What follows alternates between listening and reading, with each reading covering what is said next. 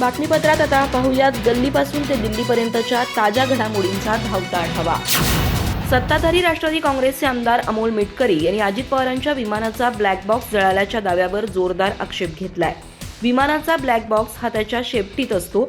अजित पवारांच्या अपघातात विमानाच्या शेपटीला काहीच झालं नाही, मग हा ब्लॅक बॉक्स जळाला कसा, असा खडा सवाल त्यांनी या प्रकरणी उपस्थित केलाय। अजित पवारांचा गत 28 जानेवारी रोजी बारामतीत झालेल्या एका विमान अपघातात मृत्यू झाला। तेव्हापासून त्यांच्या मृत्यूविषयी शंका कुशंका व्यक्त केल्या जात आहेत। त्यातच आता विमानाच्या ब्लॅक बॉक्समधील माहिती रिकव्हर होत नसल्याच्या मुद्द्यावर गंभीर संशय व्यक्त केला जातोय। अमोल मिटकरी यांनी हा ब्लॅक बॉक्स जळाल्याचा मुद्दाच फेटाळून लावला। या प्रकरणी त्यांनी अजित पवारांच्या विमानाची शेपटी सुस्थितीत असल्याकडे अंगुली निर्देश केलाय। अमोल मिटकरी म्हणाले की विमानाचा ब्लॅक बॉक्स हा त्याच्या टेलमध्ये म्हणजे त्याच्या शेपटीमध्ये असतो। त्याचं कारणच हे असतं की ज्यावेळी विमानाचा अपघात होतो त्यावेळी अनेकदा असं निदर्शनास आलंय की विमानाची टेल ही पूर्णपणे जळत नाही, त्यामुळेच हा ब्लॅक बॉक्स विमानाच्या टेलमध्ये ठेवला जातो। अपघात झाला त्या विमानाची शेपटी ही पूर्णपणे सुस्थितीत आहे, ती अजिबात जळालेली नाहीये, त्यामुळे या ब्लॅक बॉक्सला काहीही डॅमेज होण्याचा संबंध येत नाही। तसंच ब्लॅक बॉक्स असा बनवला गेलेला असतो की हाय टेम्परेचरमध्ये सुद्धा कितीही आग लागली तरीही तो जळून खाक होत नसतो। आता हा प्रश्न उपस्थित होतो की अपघात झाला त्या विमानाचा ब्लॅक बॉक्स कसा जळाला, असं त्यांनी म्हटलं आहे।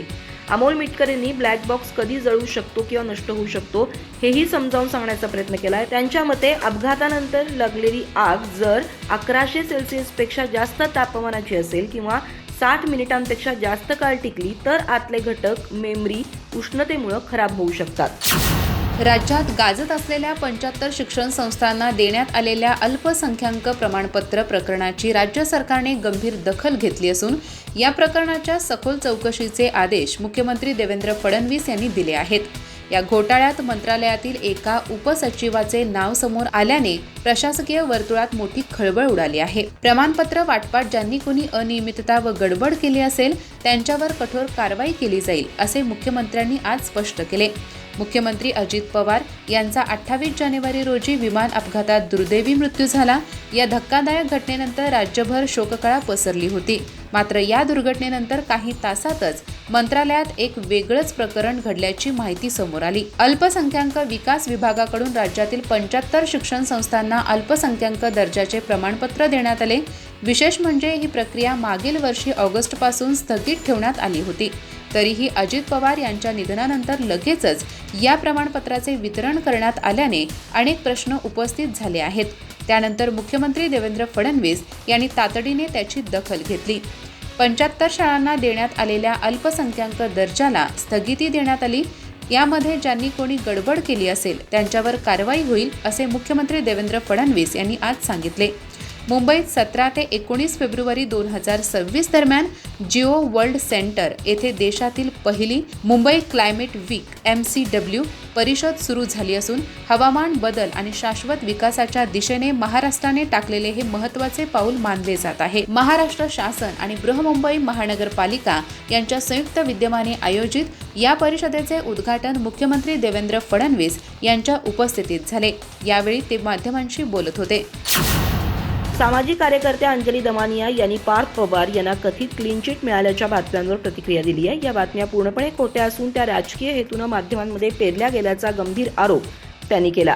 अजित पवार यांच्या निधनानंतर पक्षात निर्माण झालेल्या परिस्थितीचा फायदा घेत काही नेते सूत्र स्वतःच्या हातात घेण्याच्या प्रयत्नात असल्याचंही त्यांनी म्हटलंय। या पार्श्वभूमीवर महायुती सरकार आणि राष्ट्रवादी काँग्रेसच्या अजित पवार गटावर त्यांनी सडकून टीका केली। पत्रकार परिषदेत बोलताना दमानिया यांनी स्पष्ट शब्दात सांगितलं की कोणताही अधिकृत अहवाल अद्याप जाहीर झालेला नसताना क्लीन चिटची बातमी कशी काय प्रसिद्ध होते। खारगे समितीला असा निकाल देण्याचा अधिकारच नाही असं त्या म्हणाल्या। ही माहिती संबंधित गटाकडूनच जाणीवपूर्वक बाहेर सोडली गेली असावी, असा त्यांचा आरोप आहे। पार्थ पवार यांना राज्यसभेवर पाठवण्यासाठी त्यांची प्रतिमा सुधारण्याची मोहीम राबवली जात असल्याचा दावा त्यांनी केला। अजित पवारांच्या निधनानंतर निर्माण झालेल्या राजकीय पोकळीवरही दमानिया यांनी भाष्य केलं। पक्षात सध्या मोठी घाई सुरू असल्याचं त्यांनी नमूद केलं। त्यांच्या मते उरलेले नेते म्हणजे सुनील तटकरे, प्रफुल्ल पटेल आणि छगन भुजबळ हे भाजपची बी टीम म्हणून काम करत असून पक्षाची सर्व सूत्र स्वतःकडे घेण्याचा प्रयत्न करतायत। हा संपूर्ण प्रकार नियोजनबद्ध असल्याचा आरोप त्यांनी केला। दमानिया यांनी प्रशासकीय कारभारावरही प्रश्न उपस्थित केले। ठाणे, नवी मुंबई आणि पनवेल इथं नियमांचं उल्लंघन करून डान्स बार सुरू असल्याचे त्यांनी सांगितले। दररोज त्यांनी यासंबंधी व्हिडिओ मिळत असल्याचा दावा केला। विशेष म्हणजे मुख्यमंत्र्यांच्या ठाण्यात आणि नाईक यांच्या नवी मुंबईत असे प्रकार जास्त प्रमाणात होत असल्याचं त्यांनी नमूद केलं. BRS कंपनीवर तातडीनं गुन्हा दाखल व्हायला हवा होता, मात्र तसं झालं नाही असंही त्या म्हणाल्या. केंद्रीय रस्ते वाहतूक व महामार्ग मंत्री नितीन गडकरी यांनी लोकांना शतक राष्ट्रीय स्वयंसेवक संघ के 100 वर्ष हा चित्रपट पाहण्याचे आवाहन केले आहे. त्यांच्या मते या चित्रपटामुळे संघाचे काम आणि विचार अधिक चांगल्या प्रकारे समजतील. नितीन गडकरी म्हणाले की स्वयंसेवक म्हणून मला अनेकदा असे वाटते की संघाबद्दल लोकांच्या मनात जी प्रतिमा आहे आणि प्रत्यक्ष वास्तव यात फरक आहे. त्यामुळे संघाचे विचार, त्याग, समर्पण आणि देशभक्ती जवळून समजून घ्या. आदिवासी भागातील सेवा कार्य, सहकार चळवळ, शिक्षण क्षेत्रातील उपक्रम अशा अनेक कामाचा मोठा पट या माध्यमातून दिसेल. देशाच्या प्रगतीत संघाचा मोठा वाटा आहे. या शताब्दी वर्षानिमित्त आपण सर्वांनी एकत्र येऊन संघ समजून घ्यावा आणि त्याची विचारधारा जाणून घ्यावी. हा चित्रपट जरूर पहा आणि संघ समजून घेण्याचा प्रयत्न करा, असे आवाहन गडकरी यांनी केले आहे. राष्ट्रीय स्वयंसेवक संघ बद्दल बोलताना त्यांनी सांगितले की या 100 वर्षात संघाने लाखो तरुणांना देशभक्तीची प्रेरणा दिली आहे. मी देखील त्या स्वयंसेवकांपैकी एक असल्याचा मला अभिमान आहे. आज आपण 100 वर्षाचा टप्पा गाठला असला तरी काम अजून पूर्ण झालेले नाही. भारताला जगात अग्रस्थानी नेणे हे आपले ध्येय आहे.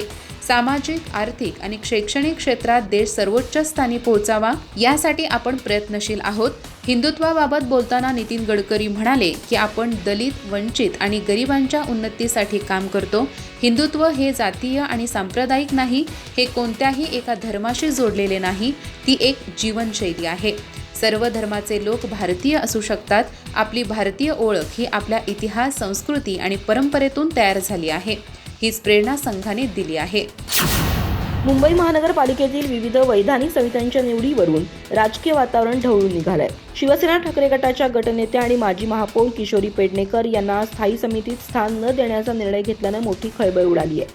विरोधी पक्षनेते असतानाही त्यांचं नाव समितीच्या यादीत नसल्याचं स्पष्ट झाल्यानंतर राजकीय वर्तुळात चर्चांना उधाण आलंय. या निर्णयामागे नेमके कारण काय, याबाबत विविध तर्क मांडले जात आहेत. सोमवारी महापालिकेच्या सभागृहात स्थायी समिती, सुधार समिती, शिक्षण समिती आणि बेस्ट समितीच्या सदस्यांची निवड प्रक्रिया पार पडली.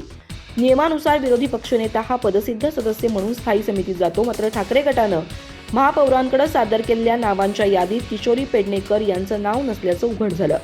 त्यामुळे पालिकेच्या इतिहासात प्रथमच विरोधी पक्षनेत्याला स्थायी समितीत स्थान मिळालं नाही, अशी अभूतपूर्व घटना घडली आहे.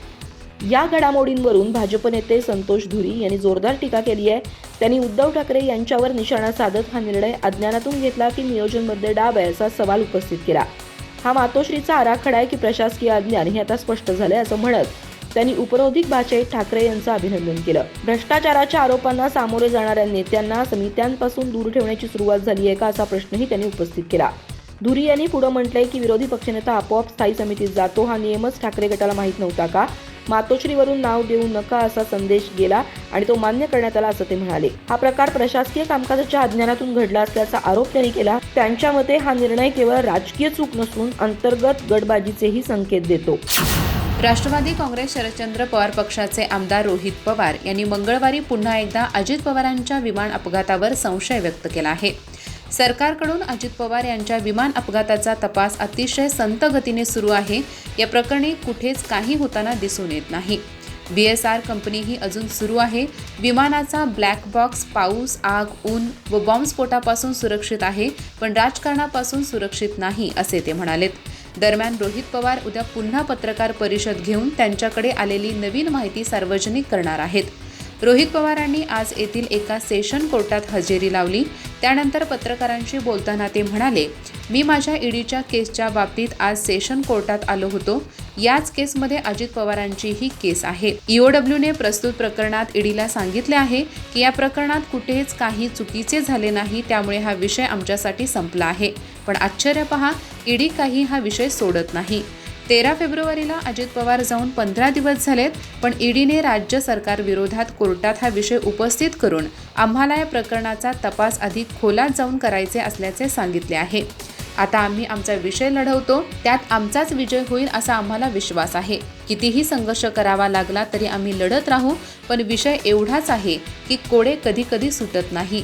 आज जे लोक सत्तेत आहेत त्यांचाही विषय ईडी सोडत नाही, हा फार मोठा प्रश्न आहे. आम्हाला असे कळाले आहे की हा विषय 26 जानेवारीला दिल्लीला गेला होता. तेव्हा दिल्लीने या प्रकरणात जे कुणी नेते असतील त्यांना अजिबात न सोडण्याचे सांगितले। त्यावरून या प्रकरणी केंद्र व राज्य सरकारमध्ये विरोधाभास असल्याचे स्पष्ट होते। आम्ही विरोधात आहोत, आम्हाला संघर्ष करावाच लागेल, पण जे सत्तेत आहेत त्यांची उद्या अडचण होण्याची शक्यता आहे, असे ते म्हणाले। काँग्रेस नेते विजय वडेट्टीवार यांनी अजित पवारांच्या विमानाचा ब्लॅक बॉक्स जळाल्याच्या मुद्द्यावर संशय व्यक्त केलाय। अजित पवारांच्या अपघाताविषयी वेगवेगळ्या शंका कुशंका व्यक्त केल्या जातात। या प्रकरणी ब्लॅक बॉक्स खराब झाला किंवा त्यातून काही माहिती प्राप्त होत नाही असं म्हटलं जातं, तेव्हा निश्चितच दाल में कुछ काला असा संशय येतो, असं ते म्हणाले। अजित पवार यांचं गत 28 जानेवारी रोजी बारामतीत झालेल्या एका विमान अपघातात मृत्यू झाला, तेव्हापासून या अपघाताविषयी संशय व्यक्त केला जातोय। अनेक नेत्यांनी हा अपघात नसून घातपात असल्याचा दावा केलाय। त्यात आता काँग्रेस नेते विजय वडेट्टीवार यांची भर पडली आहे। विजय वडेट्टीवारांनी मंगळवारी या प्रकरणी बोलताना अजित पवारांचा मृत्यू अपघात वाटत नाही असा दावा केला। ते म्हणाले, अजित पवारांचा मृत्यू अपघाती आहे की घातपात आहे याविषयी देशभरात खूप चर्चा सुरू आहे। अजित पवारांचा मृत्यू हा काही अपघात वाटत नाही, याविषयी ज्या काही शंका उपस्थित झाल्या आहेत त्यात काही प्रमाणात तथ्य वाटतं। ब्लॅक बॉक्स खराब झाला आहे किंवा त्यातून काही माहिती प्राप्त होत नाही असं समोर येतं, तेव्हा त्याचा अर्थ दाल में कुछ काला है असा लावला जातो, असं ते म्हणाले। दुसरीकडे सत्ताधारी राष्ट्रवादी काँग्रेसच्या नेत्या रुपाली पाटील ठोंबरे यांनीही या प्रकरणी आपला संताप व्यक्त केलाय। ब्लॅक बॉक्समधील माहिती समोर येत नाही म्हणून तुम्ही तो परदेशात पाठवणार, परत 15-20 दिवस घेणार, नवीन कुठला तरी हा पुरावा सापडत नाही किंवा हे सापडत नाही हे सांगणार, अशा अनेक गोष्टी ज्या आहेत त्या खरंच खूप संशयाच्या आहेत, असं त्यांनी म्हटलं आहे। अमरावती येथे आयोजित कार्यक्रमात प्रहार जनशक्ती पक्षाचे अध्यक्ष बच्चू कडू यांनी भाजप आणि राष्ट्रवादी काँग्रेसबाबत गंभीर आरोप केले आहेत। त्यांच्या म्हणण्यानुसार दिवंगत उपमुख्यमंत्री अजित पवार यांच्या राष्ट्रवादी काँग्रेस पक्षातच 5 ते 6 जण असे आहेत जे प्रत्यक्षात भाजपचेच काम करत आहेत। हे लोक थेट भाजपमध्ये प्रवेश करण्याऐवजी राष्ट्रवादीत राहून पक्षाला आतून पोकळ करण्याचा प्रयत्न करत असल्याचा दावा त्यांनी केला। राष्ट्रवादीत राहून भाजपची बाजू घेणारे काही नेते पक्षाला कमजोर करत असून राष्ट्रवादीला कमी करण्याची ही भाजपची खेळी असल्याचा आरोप कडू यांनी केला। भाजपपासून सावध राहण्याचा सल्ला देताना कडू म्हणाले की भाजप आपल्या मित्रपक्षांनाही संपवण्याचे राजकारण करतो। त्यांनी यापूर्वीही भाजपवर जोरदार टीका करत हा पक्ष विषारी सापासारखा असल्याची उपमा दिली होती। भाजपसोबत न मैत्री बरी न शत्रुत्व असे म्हणत आम्ही शत्रुत्व स्वीकारले आहे, असे त्यांनी स्पष्ट केले। ते कधीही नाक पाठवू शकतात, अशा शब्दात त्यांनी राजकीय इशारा दिला। त्यांच्या वक्तव्यामुळे राज्यातील सत्ता समीकरणावर नव्याने चर्चा सुरू झाली आहे। दरम्यान 28 जानेवारी रोजी बारामती येथे झालेल्या विमान अपघातात अजित पवार यांचे अकाली निधन झाले। या घटनेनंतर राजकीय वर्तुळात अनेक प्रश्न उपस्थित होत असताना बच्चू कडू यांनी भाजपवर निशाणा साधला। लोक भाजपकडे संशयाने पाहतात, असे ते म्हणाले। भाजपने खांद्यावर हात जरी टाकला तरी लोक म्हणतात हा मेला, अशी खोचक प्रतिक्रिया देत त्यांनी वातावरण अधिक तापवले।